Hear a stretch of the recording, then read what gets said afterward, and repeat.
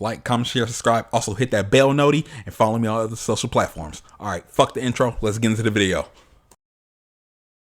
What's good, y'all? Allow me to introduce myself to the people who don't know me by now. I am Mufasa Uncaged, and here I do Is It Worth It game reviews. Now, as you can see, the game I'm reviewing is Crimson Desert. It's been out for about a month or so, and I feel like I can speak on it now. So I'm going to give details, I'm going to give my thoughts and opinions, and I'll let you know, is it worth it? So without further ado, fuck the intro, let's get into the video. Our main character here is Cliff. He is a part of a faction that calls themselves the Greymanes. One night, him and his allies are attacked, and Cliff is killed. Somehow, he survives the attack, and his quest starts from there. He then meets a wizard who has informed him that something big is going to happen to the world. He goes and tells Cliff he is the only one to bring balance to the world, reality, and the abyss before it's too late. Alongside his quest, he's rebuilding his fallen faction, the Greymanes, back to what they used to be. That's pretty much what I got from the story, so let's just talk about the gameplay. Now, as you can see in the video, this map is huge, and there will be a lot to do. If you have ADHD, then be prepared to get distracted by side quests, points of interest, camps, puzzles, or just new discoveries out in the world. There's also activities to get into, like arm wrestling, fight clubs, wrestling matches, archery, spearmanship trials, and a game called Duo. And no, I'm not talking about this Duo. The world in here never seems dead when you're riding through it. Towns are full of NPCs that you can greet, threaten, pickpocket, or help the poor. Getting to know vendors can grant you access to more new items. There's also a contribution level system.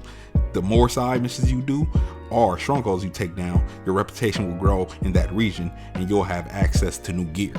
They even have banks in towns that you can invest your own money into, or a gold bar if you have one. But with more money comes more problems. They have tax collectors come and look for you and find you, give you a notice, and say you have to pay a tax. And if you don't pay that tax, well, you can't get into the bank. But we have our own ways around that.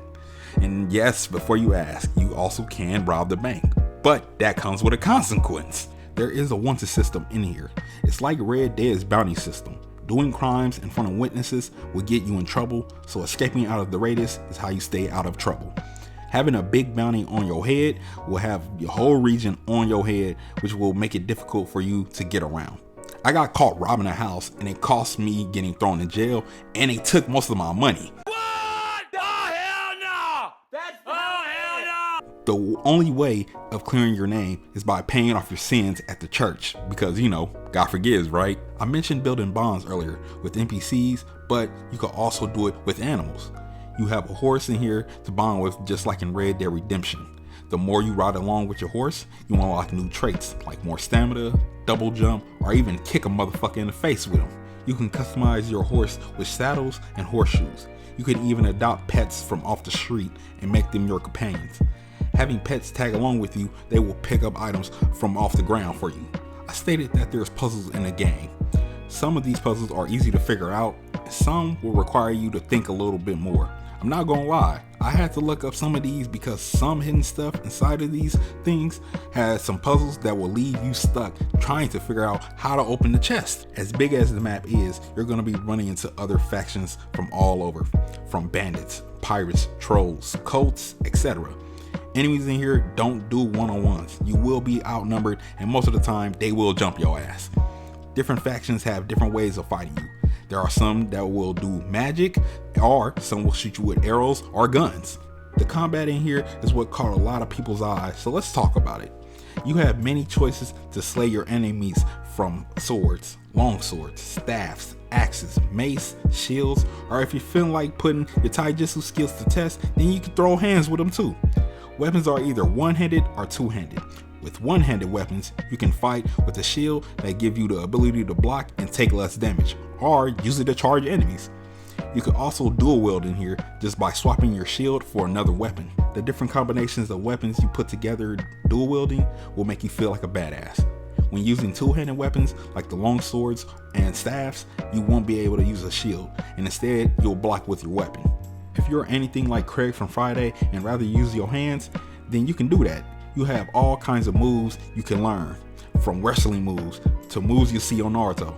I'm talking RKOs, German suplexes, angle slams, clotheslines, neck breakers, choke slams, frog splash, Neji's air palm, primary lotus, and last but not least, a fucking dynamic entry! Using your spirit energy is how you do half these moves. For example, using the air palm can boost you into the air. It can also be used to push enemies away from you when you're surrounded. Perfect dodging, or you can use your energy to shoot back at enemies and attack them with it. If you ever run out of energy, you can either eat something that puts your energy back up or meditate. Doing this mid-battle will leave you open for attacks, but it slows down time around you. But before you can do that, you need to unlock these through skill trees. The skill trees in here has a variety of moves to unlock. Skills are split into 3 ways. The blue skill tree represents your stamina, weapon skills, marksman, and unarmed skills. The red skill tree has your elemental attacks and upgrades your health as well. Finally, the green skill tree represents your spirit energy, which allows you to do more hand-to-hand skills along with upgrading your spirit energy. You can unlock skills 2 ways: by using artifacts that you find in the world, fighting enemies, or observing the move in a fight. Instead of character creation, they allow you to play with 3 characters.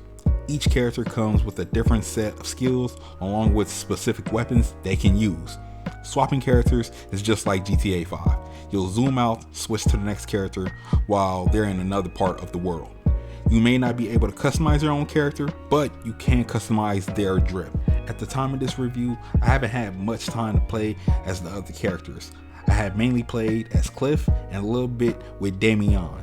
The weapons that are available for Cliff are swords, long swords, axes, staffs, shields, and a bow. You'll be spending most of your time as Cliff doing main story missions and missions for the gray mains. His skills, on the other hand, is what makes him fun to play with. His bracelet is what allows him to do the abilities he has. He's able to grab onto walls, grab things to solve puzzles, or people from a distance and choke slamming them. Cliff can also use elemental attacks from fire, lightning. Damien, on the other hand, can use swords, great swords, and guns. She also has a shield that can be thrown like she's the Peggy Carter version of Captain America. Her shield also transforms into an umbrella that can help her glide through the air. Her unarmed combat is different from Cliff's. She does leg drops and can also do a primary lotus like Rock Lee. Damien also has lightning attacks too. When you're not focused on saving the world and you have a bunch of free time on your hands, you can focus on rebuilding the gray mains. You have a campsite, you can donate items or funds that'll help out the camp. These donations will help out when you send your allies out on missions. These missions you can send them out on will benefit your camp and is a good way to acquire some money. Supplies will be required to send your people on these missions to be able to complete them. These missions will take some time to complete, sometimes 10 or 15 hours, but it's only in game hours. I have over 90 hours in this game alone. At the time of this review, there has been plenty of patch updates, so some of the issues I had with this game early on are already probably patched. To me, it looked like during development, they were working on the game, and these features or mechanics, they must have said, we'll get back to this later. And on the day of release, they were scrambling to fix issues. I will give developer props for being on it and fixing problems in the game quickly and listening to the players. There's still a few problems I see, like letting bosses get a free hit on you when coming out of cutscene. I don't know if anyone else peeped this, but me and a friend did. Learning skills in mid-fight would throw me off. This can be a good and bad thing at the same time. On one hand, you're unlocking a new move, and on the other, a screen will pop up randomly when you're locked in mid-fight. The next con I have is a personal one, but having to share the same inventory with other characters I didn't like, only because if the specific item or weapon that one character uses, I would have to go retrieve it from my personal storage. For example, as I'm playing as Cliff, I will find weapons or bullets he can't use, put them away in the storage just so I can have extra space in my inventory. Then when I was switched to Damien, I would realize mid-fight I don't have any bullets because I left them in the storage. I know people were asking for a custom control scheme, but I feel like once you get adjusted with the controls, it's easy. For me personally, I didn't have much of a problem with controls. It's just so many different moves to do in here, I forget I unlocked them because I stuck to a few. Now, I have been hearing the developers might want to add a multiplayer co-op in the game, but due to the launch of this game, they've been focusing on fixing bugs and adding new things to the game. Nothing has been confirmed, so take it with a grain of salt, but it could come down the road when they're done fixing problems. One of the things that I would like to see in this game and will benefit it is a nemesis system. I know I'm not the only one that said it. With all the factions in this game, I can see it working and make the game more interesting. I think they should just say fuck WB and just add it anyway. Hell, they not even using it. They probably even forgot they even have that. The one main thing everybody would have liked was character creation.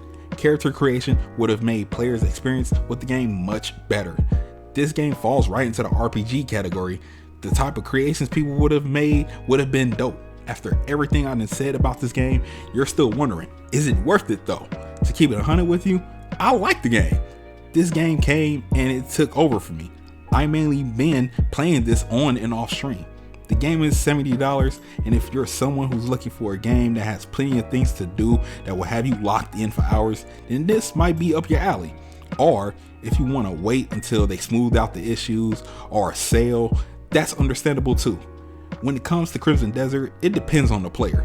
Some are looking for an RPG experience, some may be looking for big open worlds and they like that type of thing. Some are just tired of multiplayer games and just want to play at their own pace.